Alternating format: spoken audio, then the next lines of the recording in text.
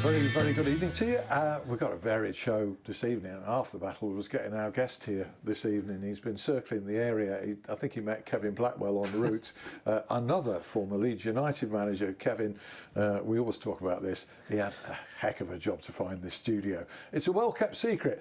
In part two tonight, before I introduce our main guest, we're going to look at the England cricket tour of South Africa from a guy who was really close to it, representing the Barmy Army, produced loads of Barmy videos, and he's here, well, he's here most weeks anyway, James Gregg, to talk about that incredible experience. But before then, I'm delighted to welcome, well, my TalkSport teammate, Neil Redfern, who needs very little introduction, the former Barnsley and many other clubs, midfielder, former manager, former women's manager as well, and currently a pundit. Hey, joining the ranks of pundits, Neil. Yeah, good. Nice, enjoyable. That? Yeah, I do. Yeah, it's well, to be honest with you, it's something you love doing, isn't it? You love watching football and talking about it. So, is it kind of the next best thing if you're not a player and not a manager? Yeah, I would have thought so. Yeah, because you'd go to games anyway, wouldn't you? I think you would. Yeah, and to actually be able to, get your point across and discuss games is great.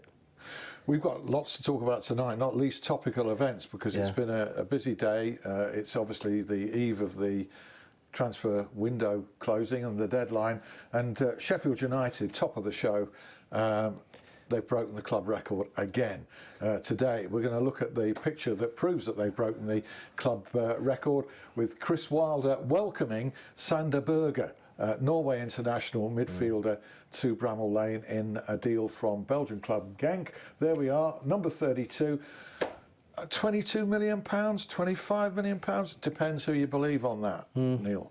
Yeah, well, it's in keeping with the times. That's round about the ballpark figure for a top midfield player in the Premier League. Genk are one of the better sides in Europe, so he's got good pedigree, and I think he's somebody that Sheffield United have been looking at perhaps for a while, so he's perhaps been on their radar for a while, and I'm sure Chris will be pleased that he's got his man. I think he has been on the radar for a while, but the radar has changed, because if we'd have been holding this conversation a week ago, or a little over a week ago, I think we'd have been saying, well, not quite sure what Chris Wilder can do on his budget beyond a £500,000 signing of Jack Robinson from Forest, beyond bringing in Jack Rodwell till the end of the season. He hadn't got a lot of room to manoeuvre. I don't know what the figures were, 7 to 9 million or something like that.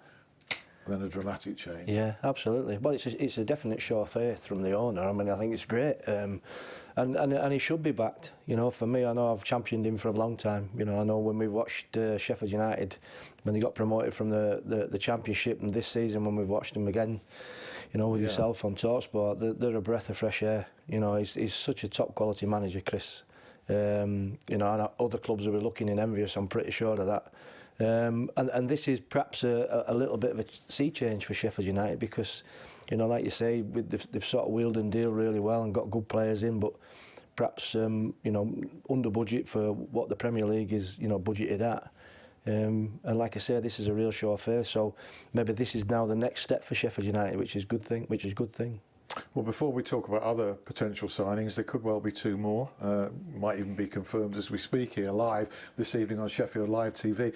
I think it's worth noting that Sheffield United have come through a really tricky period now, where up to six clubs in the Premier League were on the brink of maybe changing their manager. A couple of sackings did happen. Chris Wilder was obviously an attraction. He wasn't happy, I don't think, with necessarily the terms of the previous contract he was on. They've weathered that particular storm, leap of faith with a new deal, and now followed through with this kind of backing in the window. So important. Absolutely, yeah. I mean, to be honest with you, it had to be the number one priority, because he's probably, well, in my opinion, but in a lot of people's opinions, he's probably one of the sought-after managers in the Premier League. Just what he's achieved and how he's achieved it, and the style of football that they play, and how they overachieve, really. If you look at what's happening, but he's got a real identity, a real way with him. It's an honest way. There's a lot of simplicity to it, which is a good thing. It's a real strong point. I know one or two of the players, and you know, I speak to people that's around the club, and you know, he's just such an enthusiastic, you know, performer as regards a manager. And he gets his players doing the right things, and they've got like I said, they've got a real strong identity. They've had this way of playing, this three at the back with you know, with five across midfield, if you like, and your two up front, all the way from promotion from the Championship to the Premier League. They've continued it in the Premier League. They've got no fear. I think it's so refreshing. It's such a good thing to watch. Yeah. And they go after teams, and you know, and if they get beat the odd time, they reset and they go again, and you know, there's no fear in anything they do. And like I said, I mean, it's such a refreshing side to watch. And this is a key day as well, because not just a very good signing on paper, and I'm sure on grass as well, but a big statement of intent. Oh, absolutely, yeah. I mean, listen, you know, and it's needed to happen. To be honest with you, I think that. You know, you know, he's going to have to be frustrated at some point, Chris. You know, he'll be looking at other sides and seeing them recruit and seeing them spend big money and bring, you know, better quality players in as such. And obviously, you know, he's got a really strong side. In his eyes, you know, he loves them players. He's gone through the ringer with them. He's got them promoted. He's playing at the top level of football. And now this is a real. For me, this is a real sea change. You know, it's big money. It's a quality international midfield player at a good age. You know, he's coming into his 20 odd international caps played in the Champions Absolutely. League. Established. 21. Yeah, he's established international. So, but just knowing Chris and knowing how he works, he'll have to fight for his place. Yeah. You know, he won't get his place easy because there's people in there that perform really well. You know, and if you look at people like Fleck and Norwood, who's been outstanding, and Lundstrom this season, you know, who's done ever so well, and he'll have to fight for his place. But I'm pretty sure once he's with that group of players or that group of people that are really grounded people, then, you know, he'll start showing his qualities and enjoying his football, I'm sure. You would imagine, without knowledge, that the Lundstrom role potentially could be the one that he would be most likely to take ultimately. Well, perhaps, yeah, because if you look at Flecky and Norwood, they've been mainstays really, you know, and they're quite key and instrumental to what's happening. But I think Lundstrom's been fantastic this season because if you look last season, he did play, but he didn't play. He wasn't a regular. You know, he was in and out and played.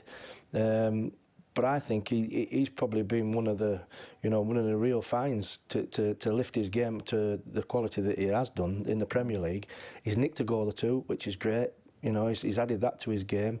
So, you know, that's a real strong point. And now there's real competition for them places. You know, by making a statement of bringing a £25 million or whatever it is Norwegian international in. We'll be talking about Sheffield Wednesday's window shortly as well. And before we top and tail Sheffield United chat, crikey, we'll also talk more so in part two about Neil's career. If you look at his Wikipedia page, it's more of a book than a page. Honestly, 1,000 odd career appearances for any number of clubs. I think it was 14. Was it 14 clubs, including non-league? All right, somewhere there. I counted 198 league goals. I couldn't quite get you to 200. No. Am I right there as well? Yeah, that's right. Yeah. 198. He's managed in non-league upwards, managed Leeds United, Rotherham United, Doncaster Bells, Liverpool Women, and has been most recently Newcastle United under-23s coach. And that's all we've got time for. Good night. I mean, it's such a long list. Yeah. But it does qualify you, and you do see the Sheffield clubs often, as I say, on TalkSport. Just tell me, at this moment, Sheffield United have risen to the heights of 7th, 6th, a couple of times 5th in the Premier League, overachieving, as you say, on what they spent. A critical point at which you can either go backwards. You're going to go backwards if you don't make a big stride forwards, aren't you, from there? Well, yeah. I mean, this is a real crossroads rather for the club in such that, you know, if they're going to kick on and stay established at that level, I mean, key thing is to keep the manager. That's the first thing. They've got to keep Chris Wilder because, you know, he's a sought after guy. And then the next thing is, like you say, you've got to add these quality players to it, because what happens in the Premier League or any top division is eventually, you know, sides will work out, you know, how you play, how you break sides down, you know, what you like when you're out of shape, what you like when you're having to defend. And you know, at this moment in time, they're a newish package. You know, they've surprised quite a few sides, and doesn't surprise me, because they've been a top quality side in the Championship, and I knew Chris would get them playing good football in the Premier League. People know what they do; they can't stop it. Well, they can't. Not very easily, anyway. No, but eventually, you know, after a period of time, you know, it's almost like you're not reinventing yourself, but you've still got to stay ahead of the game. You know, Chris knows that, and like I say, I mean, this is a, you know, a real statement of intent, you know, spending that sort of money. Well, it might not be the only one, because there are a couple of other players in line apparently to join the Blades. One of them is a Greek centre-back, international as well, from Bayer Leverkusen. Again, another 21-year-old. So again, we're talking about young talent that can be worth a lot more, maybe further down the line. Panagiotis Retsos, if I've pronounced that correctly. Versatile backline player. Well, obviously Stearman's gone, so you needed a yeah. Well, I think that's key, because if you look at the, you know, if you look at the identity that Sheffield United have got and the way that they play and the system that they play, everything sort of evolves around that back three. You know, I mean, it was almost joked about as that they had overlapping outside centre backs. You know, that overlap the wing backs as such. Yes. And, you know, there's a real positivity about what they do, and obviously if they're bringing this boy in, is it a good age? Is it an impressionable age? And obviously he's a real talent. If you're playing at Leverkusen, that's a really top club. Then, you know, he's somebody that can fit into that eventually. You know, when he gets to know what Chris wants and what they do day to day, he'll get to fit in there seamlessly, and that will be. I mean, he's obviously looking at that and thinking, then, you know, these are the positions that we need to occupy, perhaps going forward in the future. I think Chris was conscious of the fact that if anything happened to Jack O'Connell and or on the other side Chris Basham, that he hadn't necessarily got it makes sense. Players to come in, and because that's so intrinsic to the way they play. Absolutely. And he appears to be covering himself there. And the other player that could come in is a forward player. Obviously, we've seen one go, well, only temporarily, Callum Robinson to West Brom. So a Dutch forward, 6'2" apparently, tall, Ricardo Zivkovic, right. From a League One club in China, one-time Ajax player. Yeah. Again, you'd think quality. He's 23.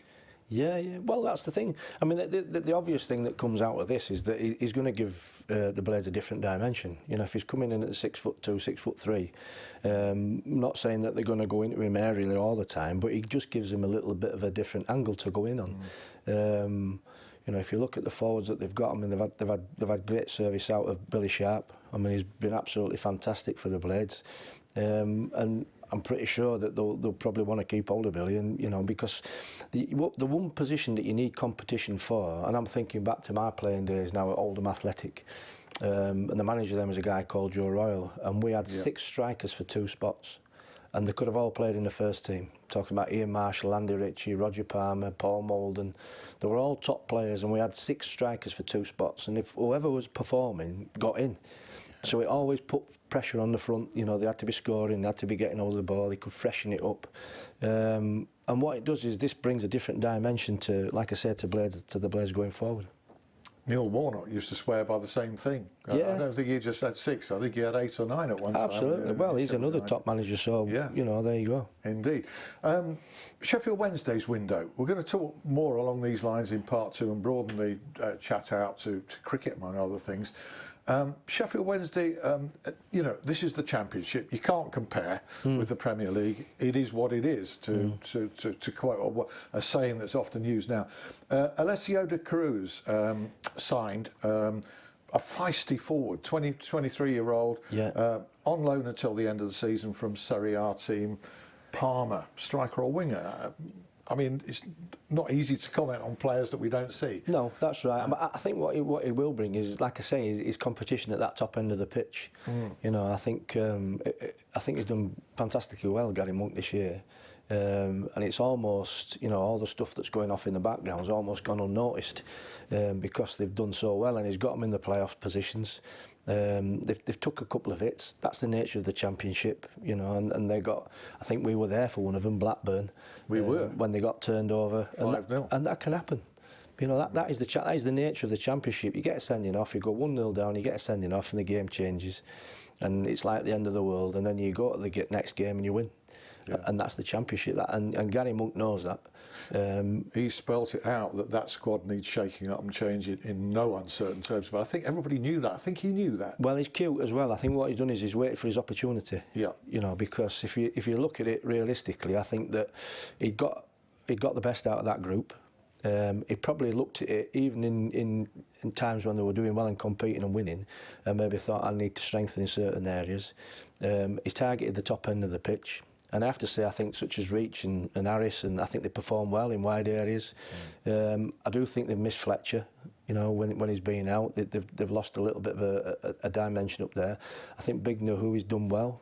You know, I think he's carried the fight, but they need something else as well. Well, something else. I mean, they're constantly linked with Connor Wickham at Crystal Palace. Alone in that direction will be excellent, and for whoever gets him, there's big competition. Absolutely. Well, Connor Wickham, you know, I was at Leeds United when I was at Leeds United, and I think I was 23's coach before my time as manager, and it was when Simon Grayson was in charge, I think, and a real handful. You know, and he was a real handful then, and obviously he's an experienced striker now. So, and obviously playing at a top level. So he would be a real co if they can get him. It really would be terrific. One or two fans, as is the way in football, when a few results got. In fact, they've lost 5 of the last 6 in the league. Sheffield Wednesday. Yeah. Are getting on at the manager, but actually, hang on a minute. This is if this is his signing, it's the only one he's made so far, virtually. Yeah. Listen, I don't think. This Sheffield Wednesday side are in his image at the moment. I think that you know, he's worked with that group of players. He's not really had that many windows to bring players in. Now he's starting to mould that side, you know, to what he wants and how he sees it. And I think Sheffield Wednesday, I think they've got a really bright young manager, I do, and I think that given time and given enough transfer windows, I think he'll put a decent side together. And it could take a few. Absolutely. When we look at this one, 11 players out of contract in the summer, but they're on great wages. They're not going to be easily shifted, are they, during the transfer window until the summer? Exactly, and that's what happens in football, you know, and they've got to just be patient. Yeah.